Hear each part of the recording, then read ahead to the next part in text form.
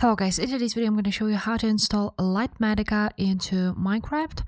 So first of all, you're going to go and download it. So you're going to find it on GitHub. As you can see, Sakura Litematica releases, and you can go ahead and press download on this button. Now, when you will download this one, you will also need a malilib. Basically, it enables Litematica, so it would work on your Minecraft. So you want to go ahead and download it, the latest version, again on the same Sakura Ryoko. Another thing you will need is Fabric installer, because it only works with Fabric, as you can see, and it needs to be the latest version. So you can go ahead and just download it from here.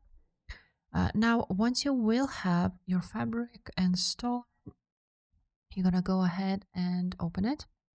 So you will have it. You want to go ahead and double click on it, and you want to make sure that the version of Minecraft is this one, and now that the location is here, and you want to go ahead and install it. I already have it. I'm not gonna do that. Now you will also have Litematica and malilib folder files. So what you need to do now is actually go ahead to your Minecraft launcher, press on installations, and find your Fabric loader. Then you want to open installations folder. After that, you want to find mods folder right there. And as you can see, I have a few folders, so I'm just going to go ahead and delete these ones for now.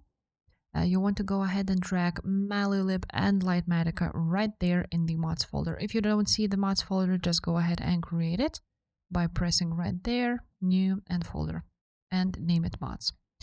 After you have done that, all you need to do now is press play and play with Litematica.